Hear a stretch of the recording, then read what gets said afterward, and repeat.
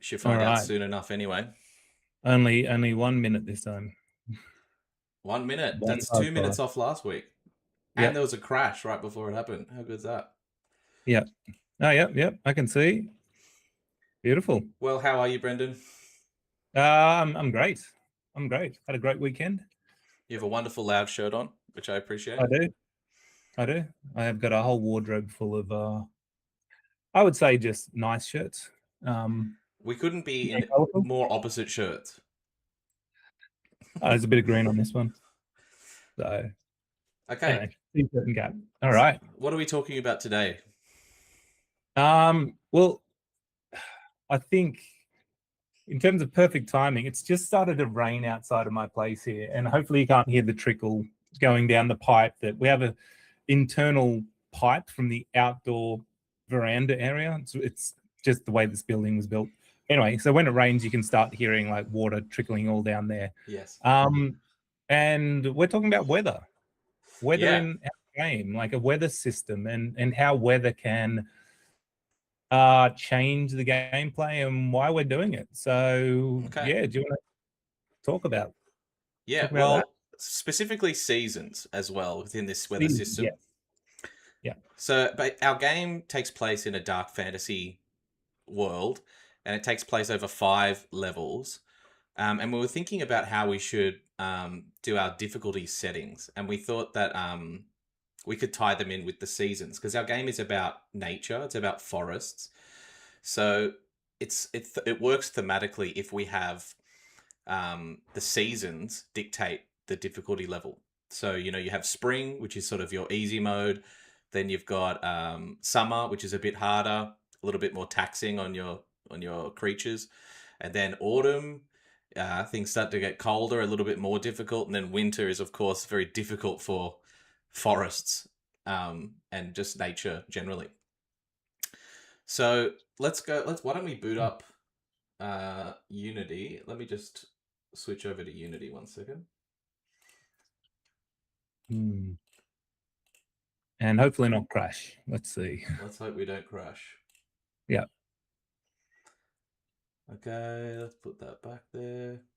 Show my screen. There we go. Okay. Cool. All right, here we go.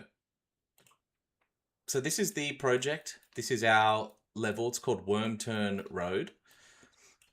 It's the second level. It's kind of the first real level, I'd say. The first level acts as a sort of tutorial. It's very Yeah. easy to defeat, and it introduces only a few of the kind of systems. But this is the level, so let's just play, and we'll show the feature as it is. Okay, so we've got in the game we've got different. So we've got a day-night cycle that the wave system's broken up into. So we can go from day. There we go. Day to night. And that's a pretty obvious change. Right now we're in spring.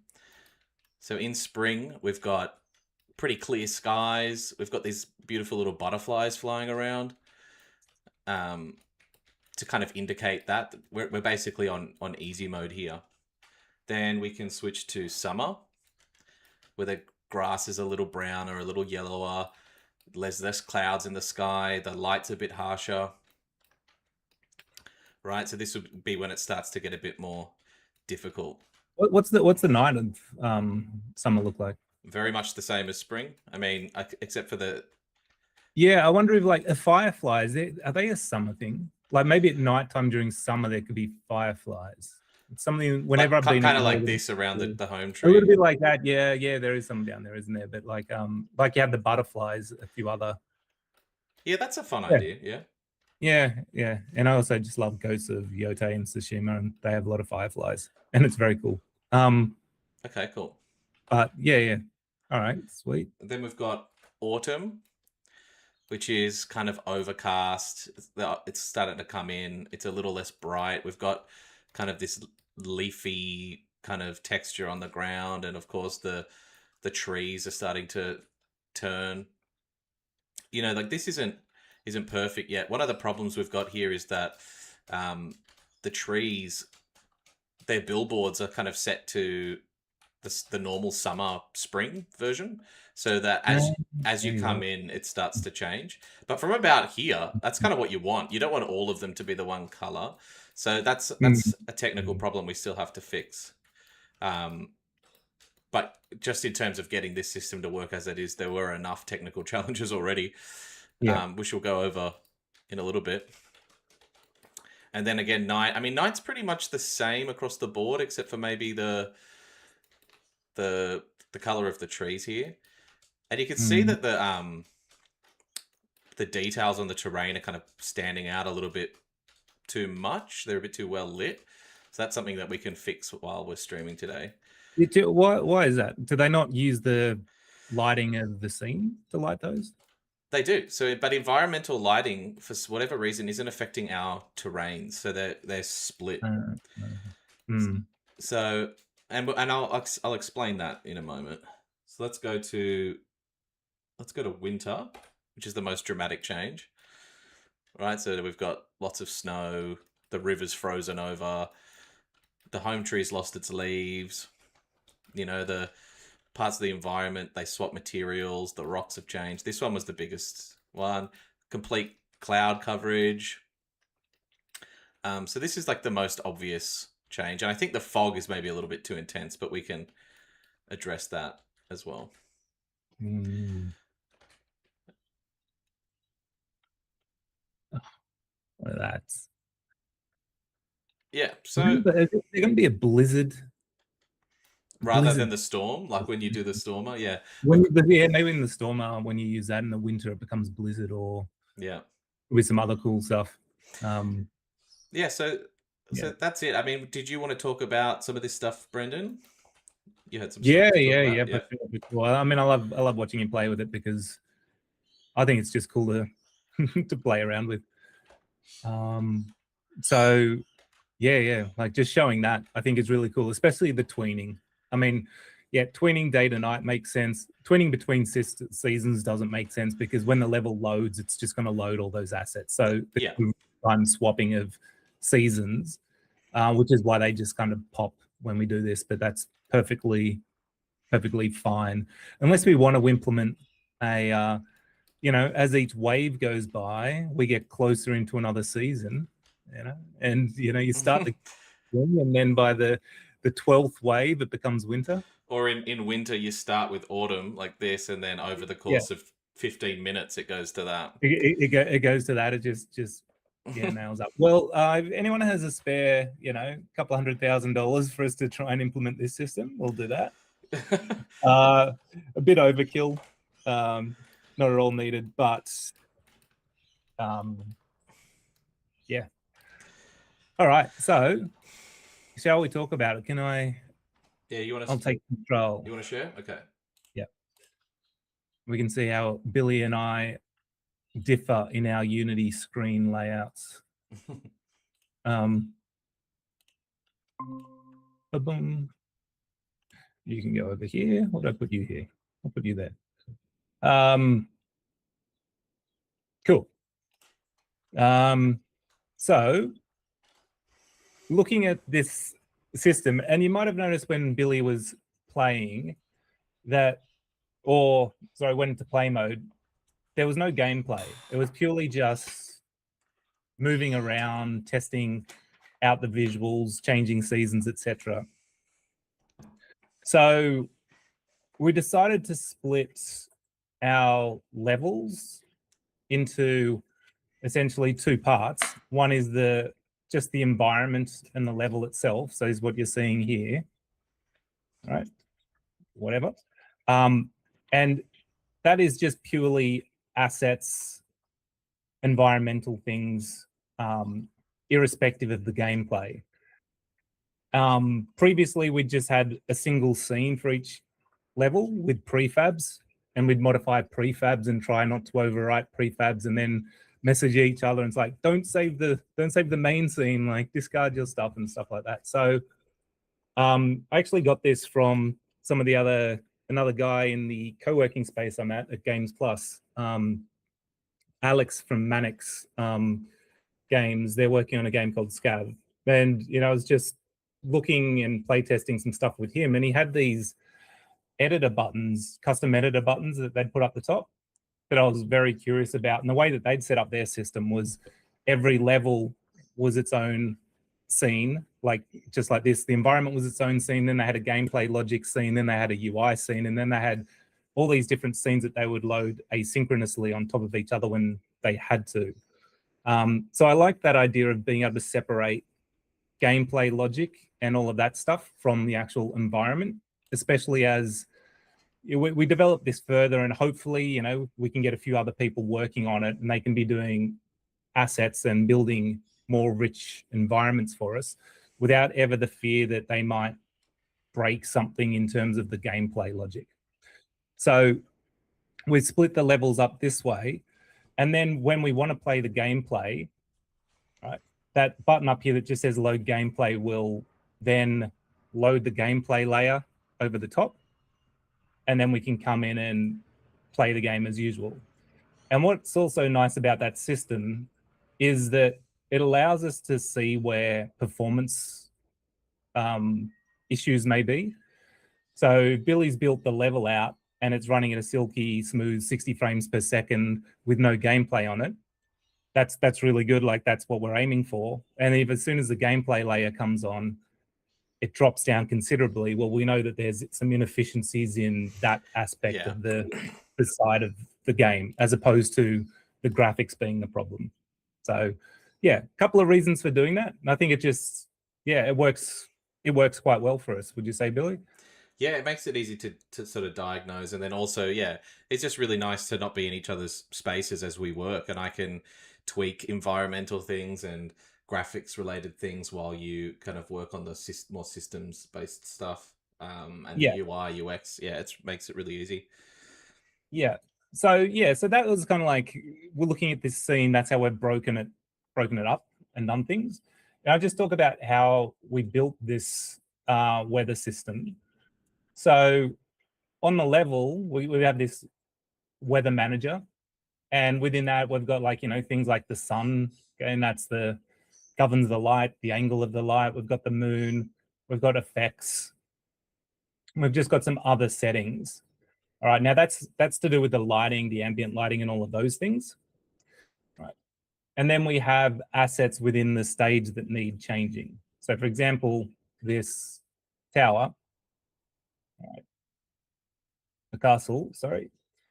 All right, when it needs to be changed, we just simply, I wrote this script that allows us to just sort of switch between the different materials that are on that object. I actually don't think this one was updated with those, but that's working. Is that Castle Ruins Snow Mat? Is that the snow, and then autumn, winter, and summer just have the same one? There's no need to change them for those ones. So we've got some assets in here that we can then change to the appropriate things, as well as being able to adjust values here. And I wanted it to be all in one place.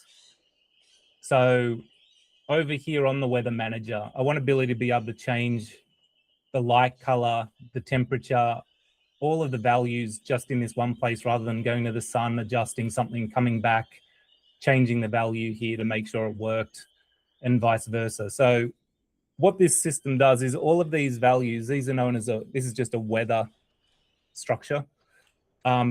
This light color hooks into the sun's color and the temperature. So if I change that, like now, you can see that changing it here is updating the value over here, right? So this is that one port for everything to be adjusted, changing light, temperature, if we want that to go much lower. All right, that can all be done in this one place. Now, all of that information then gets stored on a scriptable object. So here we've got the season data, okay, and that each one, Wormturn Road, has a spring, an autumn, a summer, and a winter.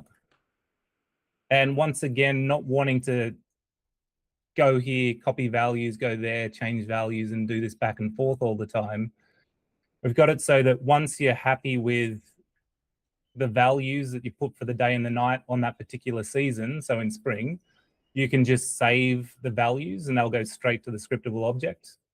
And then if I was to bring in a new one, so if I bring in winter, I can then just load the values from that object. Okay, so it makes it, I think, a pretty simple system that all you really need to do to change anything is go to the weather manager and adjust those values. It's nice because I like to be able to see the changes happen immediately in front of me and then tweak them more precisely rather than entering a number into the scriptable object and then loading that. Like it makes that whole process really streamlined. Yeah, yeah. That was, yeah. I think the whole idea is just there's nothing worse than always having to have a couple of extra tabs open and copy things and looking at that and pushing it across. So just having everything in this one, I think, gospel place, say that everything relating to weather, all you have to do is change this and it will apply to everywhere else. And then I only really discovered this recently. I mean, I've been using editor buttons for a bit, but using Unity's onValidate function. And what onValidate does is it's a Unity, an editor bit of functionality that basically says if a value in the editor changes, then change other things immediately.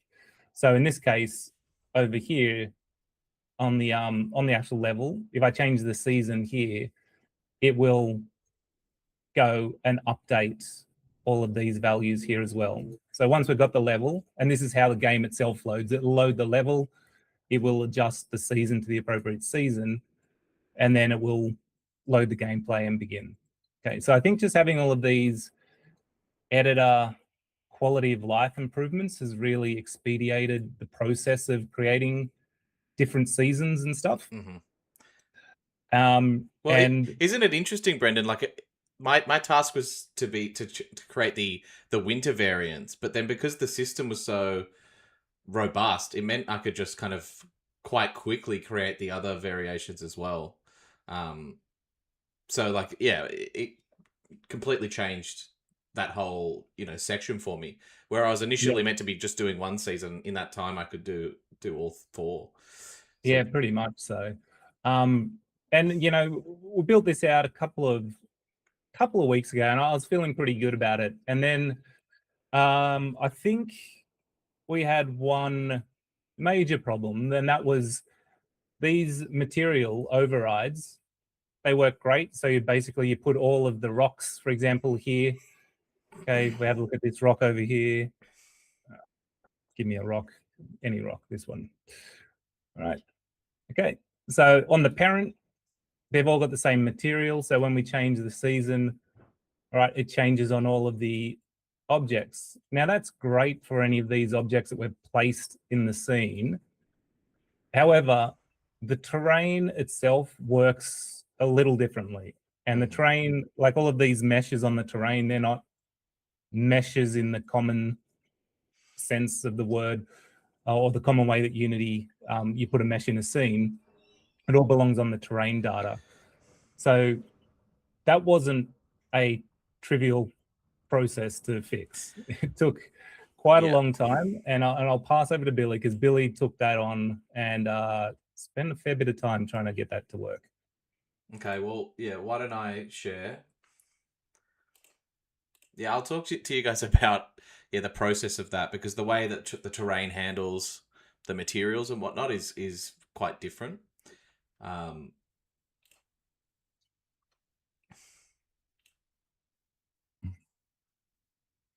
so if you stop presenting, then we'll be sorted. Oh, yep, that's what I got to do. All right, there's my. Should be able to take control. Where's like a take control button? Stop sharing. There we go. Okay. So what I'll show everyone what's happening. A part of this recent sprint we've been doing has been to further optimize the game, and we've been using GPU instances for the terrain details and for the trees, the terrain trees. So if you look, I'll just change it today so we can have a better look at what's happening. But you can see that, like, when I bring my camera up to see these trees, only the trees that are within the frustum are rendering.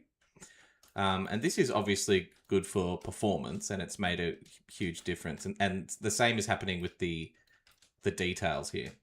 But what this means is that in order to batch all of these materials and objects, it creates like an instance of the material, and the material itself can't be changed at runtime, just like it can with these rocks and all the things that have been hand placed in the scene, like the tower and whatnot. So it was a huge process involved.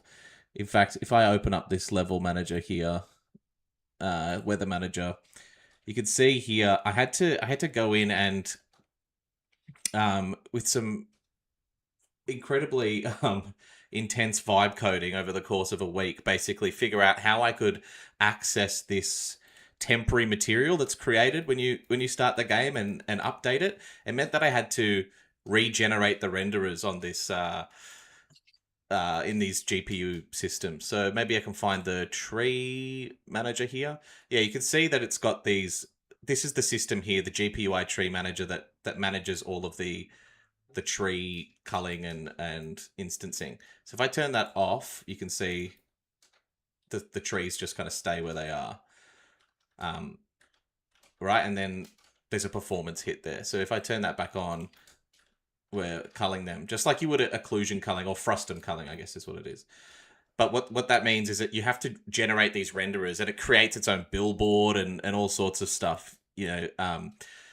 So I had to figure out a way to like hook into that system, regenerate the renderers every time you change the season, and then I also had to like hook into these shaders in the trees and the details, which are a third party shader from Triforge. Shout out.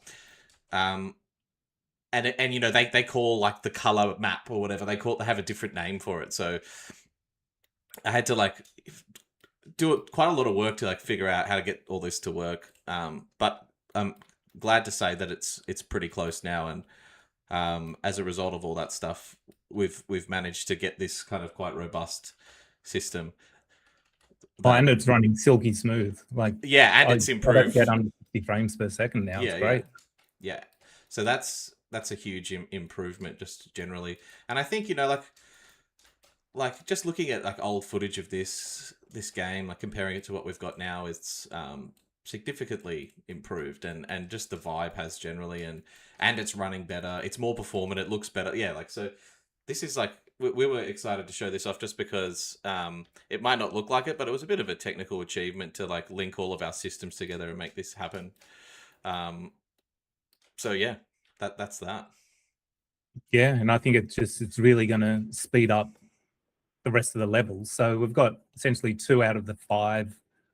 We're going to have a 6th secret level, but like 5 core levels with 4 variations. So initially it was like, well, great, that's 20 levels. Do we create the spring level and then duplicate that level scene and then just modify stuff on the terrain? And I think it was just going to get really out of hand when, like, really for this kind of game, the season changes are minimal. Like, it's just got to be a bit of visual stuff. We don't need huge things like mountains deforming because of whatever reasons and other stuff. It's mostly just small asset changes. So I think, yeah, I'm gonna say I think next time, like once you've got a base level for the 3rd level, the seasons will be all done within a week. I'd imagine the variants are pretty quick to implement. Yeah. So I mean that's that. Let's go back to talking heads for a moment. All right, one sec.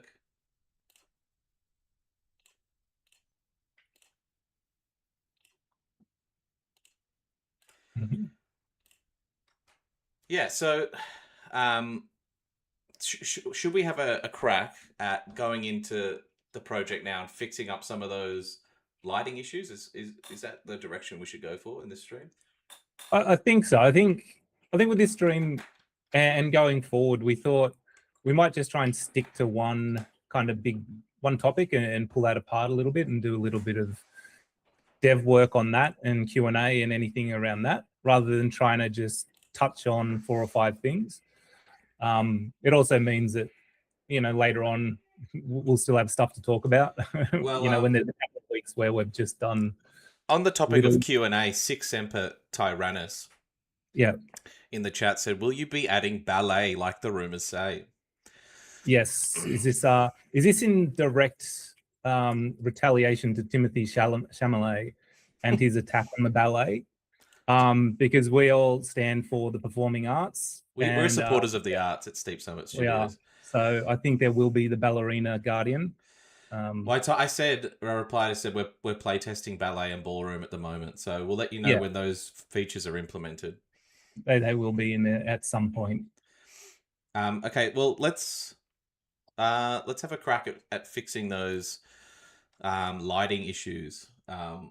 Let's see if we can. When you went to winter. Yeah.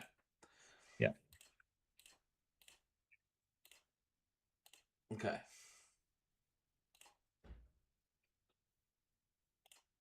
All right, so let's just what is the problem initially? So it looks fine here. Well, there's a few things. One, I've noticed that when we turn to day straight from here, the color of the light doesn't come along with it. So it's got this blue kind of quite cool light. Yeah. But that changes when you switch back to spring. So, but that's beyond what we're trying to do. If we go to night here, we can see that the the details they're too well lit, and that's coming from the ambient lighting.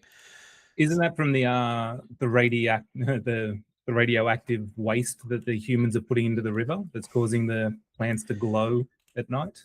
So it looks like, well, actually, no. No. I don't think so. I think they're a while off nuclear fusion. Nuclear fusion. But that's ultimately where all this industrial expansion leads to. If we go to night and then back to day, it looks like it is updating. It's just maybe not with the tweening. Yeah, maybe like just that very first something comes through. If we go to winter and then we change that to night. Yeah, so it looks like it's actually working in the editor, but not in the tween. So that could be something.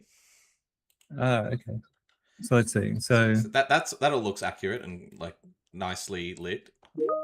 Okay, and so what happens? So you tween it and then you go back. And then if I go to summer night looks like this. So keep that image in your head. Yep. Let's go to summer and then night. So you can see that something's happening to the ambient color, the ambient, intensity. If we come here to night and change the ambient intensity, that's kind of what it looks like. Okay. So what was the actual value on it? Like, what should the value be? It should be 1. Is that what it's on now? Ambient intensity is 1. Night ambient intensity, is on 1. Is 1. Yeah. So then so if you go back and play, so if you play and then go to the weather manager and let's just watch the ambient intensity values. So it's at 4 during the day and then it's light intensity is 4. Oh, yeah, sorry. Ambient intensity is 1. Is 1 for both. Yeah. So if we come to the lighting, we can actually see exactly what it is with here. So if we go to 1, that's not changing. But once I do this, something's breaking. Something's happening here. Which it's not a problem because well, it might be. I was just going to say because we're only setting the season once at the start of the level as opposed to doing it on the fly. Yeah. I mean, still like to get it fixed. But so if you change that intensity multiplier there now, does that need to? Yeah, see, that's kind of what it should be. It should be at about 0.3. So I don't know. That's a mystery to me. Well, what if you go back to the scriptable object? Yeah, there we go. So it is updating there. Yeah. So it goes to 1. So it is going to the right value. So if you just change the scriptable object's night ambient intensity values, You have to do it Okay. on the objects, not on the weather manager. Spring. Just shift select them all and just put their night down to like 0.2 or 0.3, whatever. All that. Okay. Well, yeah, if you're in play mode, it should. There we go.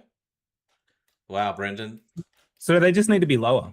Like, do we just keep them quite low for? Yeah, but that to me that means that something's not that's not being linked in then at when you just press play. These numbers because Well, let's see, because you changed it on the object, right, to 0.3 at night. yeah, and then in the lighting here it is 1. So I'm confused. Right. Oh no. Change it. Go back and forth. Just go back day, then night again, just to trigger that part. So now.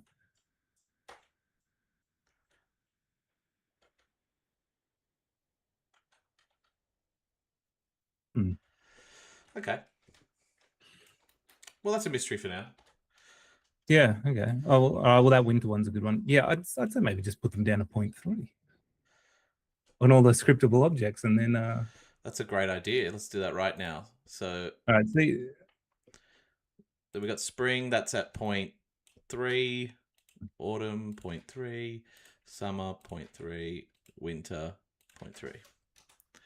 Okay, let's go to winter now. Let's have a look at this fog. I feel like the fog's too intense. Day. Yeah, it's a bit too. Yeah, a little. Where's my effects? Well, you can just change it right there on the weather I, manager. no, I want to see it in the scene here. This one. Oh, okay. There we go. Okay, so that's too intense. So let's. Yeah, 0.02, isn't it? Oh no, that's the daytime one, is it? Let's go 0.5, 0.3. So they're changing. What's that? Oh yeah. Yeah, I was like, is it even changing? It I forget is. how small these numbers have to be. Well, because we're using exponential fog, Yeah. that's what does that. So I think we want it to be pretty. We almost wanted to mask the hills, like at the back, yeah. Yeah. So I think and provide kind of fog of war air. Yeah, a little bit. And what's interesting is that the shaders on the units aren't affected by fog. Because it's a custom shader that I wrote. And at first I was a bit annoyed by that, but I kind of like it. And I'll get your take on that in a second, Brendan. We'll bring some enemies in and stuff, but I don't mind it. I think it kind of highlights them almost in a way that like let us know where they are. Yeah. So let's what I have to do now is save values here, don't I? No, because you saved them on the scriptable object. No, I just adjusted the. Yeah. So have you got the winter one? Yeah, save those values. Yeah. Okay, so now if I change. Did that not give you a pop up? I thought it give you a pop up when that happened. No. No, I thought there was a little pop up window saying, "Be careful, you're going to overwrite the values." No, it didn't. No. Okay. Okay, let's load this gameplay. What did you choose, winter? My cat. It's raining outside. My cat wants to get in. Come on, mate. Poor cat. All right. All right, you go. Let me sort my cat out. Oh no. Here we go. Hey, and the lighting updated properly. Maybe it's something to do with me saving those values. Right, one sec. Saving those values. Come on, buddy. All right. Yeah, get that. All right. Okay, so if we switch to winter now. Yeah. Oh yeah, that's daytime, isn't it? Yeah. Yeah. Yeah, this is good. So that's perfect. Yeah, lovely. Okay, so all right, give it a crack. Let's go to night and see what you think about these shaders. Here we go. Do you remember this bug, Brendan, I was telling you about? I thought I fixed that. Oh no, you have to go to testing. You have to go to the testing object. Testing object? Testing scriptable object. There's a whole testing section where you can override that. So if you go to Scriptable objects testing. Yeah. Right, what's it called? What I got in there? Enemy testing, single day only, skip intro, blah blah blah. Overrides. It's in the. Override day limit. Oh, did I not push it? I thought I did. Have you pulled the latest pull? I would have thought so. Maybe you did it on the other branch. Oh, maybe. I thought I'd. Damn it! I thought I'd Well, Brendan, you can test it. Can I? Well, I'm not in the other branch anymore. I've moved back because I'm breaking a million things. Oh no, there it is. Season override season from level manager. It's right there. It's got its own little header. I'm tripping. It's in season, not in Yeah, overrides. yeah, Okay, yeah, okay, yeah, okay. yeah. It yeah should probably be in a thing. So whatever season on the level manager is now. So change the level manager here now back Oh, okay, to at the start. Okay, so let's go winter. winter. It should load that one. Okay, let's see. Beautiful.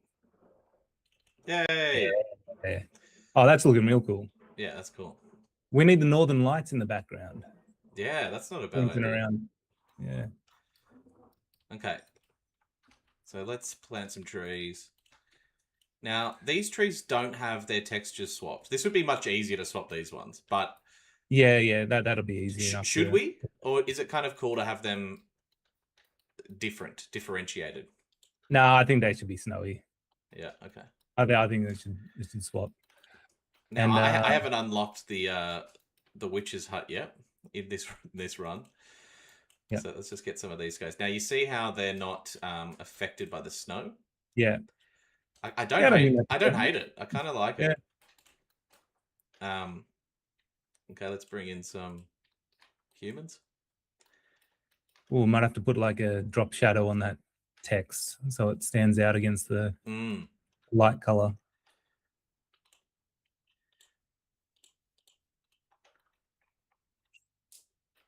Okay, get them, boys. Okay, yeah. So I quite like it. Like if we find one of these guys far away. I mean, these guys already have their things highlighted, but I think Yeah. because of the highlight, it works. You get this like Yeah. dark. I don't think Yeah. I need to rewrite write the I don't fog think so. into the shader. No, I don't think so. Oh, Also, at the moment, all the seasonal stuff that we've implemented is purely cosmetic. We haven't got any of the yes. the mechanics that we're going to add into it. So, for example, in winter, units could probably walk across the river. So that means those choke points are no longer choke points, and you can be attacked from almost anywhere. As well as, I think we're toying with a few other ideas. Like one, maybe if you keep your unit stationary for too long, it begins to freeze and lose health. So that'll make you always have to manage all of your units, not like just that leave idea. some of the ones hiding over there. Like I know when I play, I do that a lot. It's just like, cool, you guys are just hanging out in that corner and that's your corner. Like I'm not worrying about you, but it might make you have to micromanage a little bit more. Okay, well, I mean, I'll just get distracted at this point and play this for a while. But it's cool. It's quite fun to play it with even just the aesthetic difference. Like it's quite interesting. Yeah, it feels new and fresh. Yeah. Yeah. Cool. And I feel cold. I feel cold playing it. Yeah. Which is nice because it's quite muggy. Actually, it's today in Sydney. It's a little bit miserable. At least it is where I am. Yeah, it's still raining here now.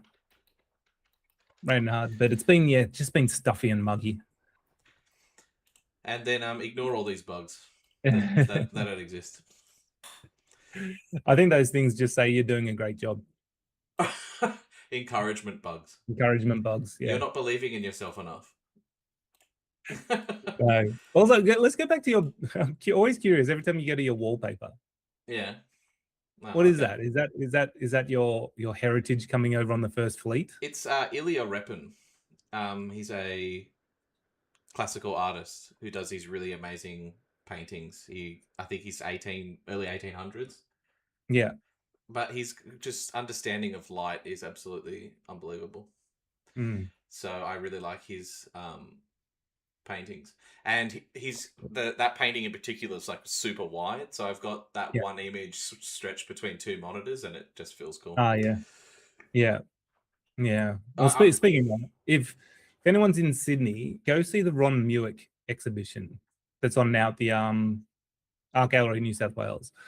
It is really good. If you don't know Ron Muick, and I must admit I didn't until this exhibition, like he creates sculptures generally of people, and they are the most lifelike things you've ever seen. And you go up to it, I just wanted to oh, touch the skin. It was like hyper real, like, yeah, I know that and guy. the nerdy, the nerdy graphics tech person inside me was like, man, look at the subsurface scattering on that skin. Like he's got like veins going through everything and it looks so lifelike. And then the scale is what throws you because you've got these hyper realistic humans doing really poignant things or just in states of emotional despair. And some of them are only this big.